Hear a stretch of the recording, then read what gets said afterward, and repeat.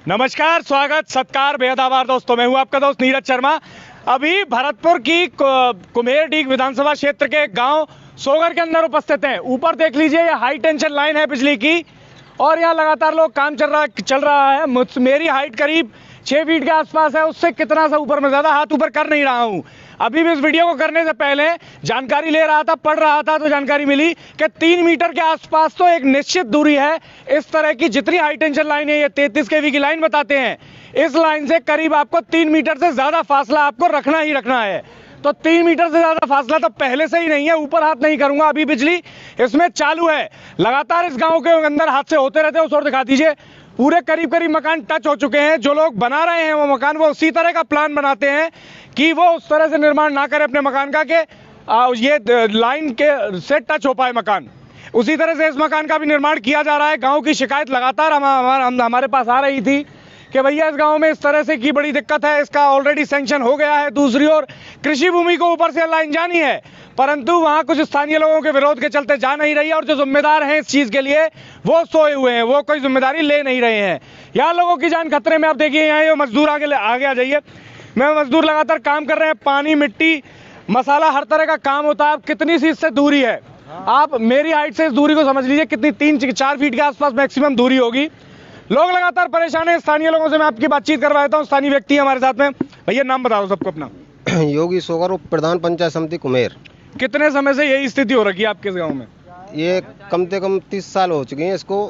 ये परेशानी, और कई बार गांव वाले पहले भी इसके मैटर में एप्लीकेशन और दे चुके हैं और 2 बार लाइन सैंक्शन होके लट्ठे गड़ भी चुके हैं, पर वे एक व्यक्ति कोई उबार के उनका खेत था, उन्होंने वो वहाँ के लट्ठा नहीं गड़न दिए तो वो लाइन नहीं डल पाई। और अच्छा, ये इतना ज्यादा सट गया यार, ये तो बिल्कुल घरों के ऊपर से चिपक के जा रही है। तो छतों का तो आप लोग इस्तेमाल कर ही नहीं पा रहे होगे। बिल्कुल, छत पे साफ सफाई के लिए भी नहीं चढ़ सकते। 1 फुट की ऊंचाई है, बिल्कुल आप देख रहे हैं सामने छत के ऊपर 1 फुट भी हम चढ़ भी नहीं सकते।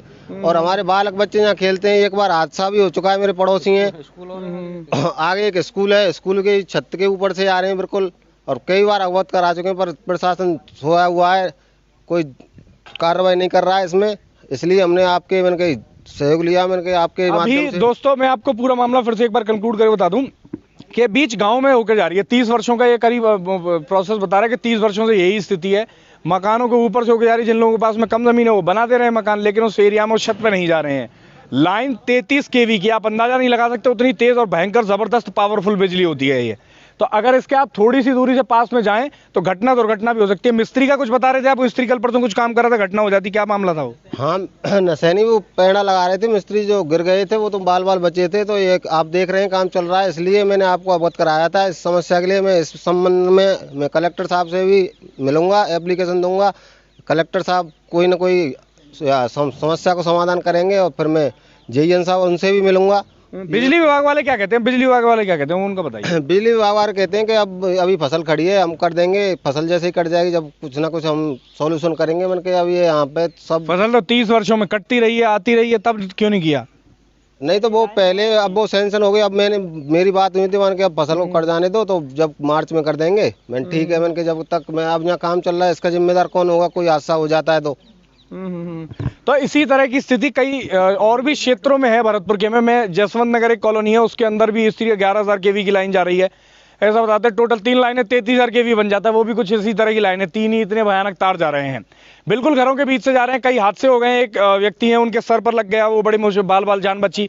फिर बिजली विभाग वाले आए और उनका जिस एरिया में वो खड़े होकर जो घटना हुई थी, उस एरिया में जहाँ वो बिल्डिंग बनी हुई है वो तोड़कर चले गए।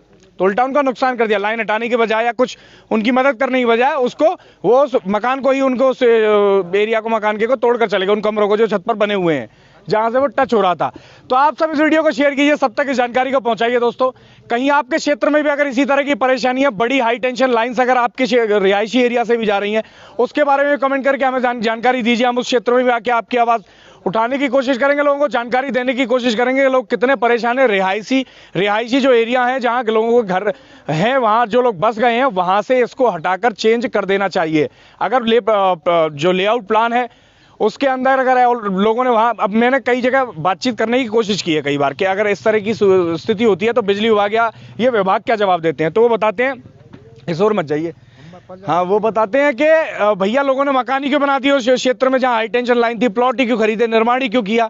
तो भैया लेआउट प्लान भी तो आपकी क्षेत्र से पास हुआ है, नगर निगम अपने क्षेत्र में ले रहा है उस एरिया को, आप वहां पर कन्वर्जन कर रहे हैं, लोग प्लॉट कन्वर्ट हो रहे हैं, उनके नाम पे आप 99 सालों की लीज का पट्टा दे रहे हैं, तो फिर आप उस लाइन को क्यों नहीं हटा रहे हैं।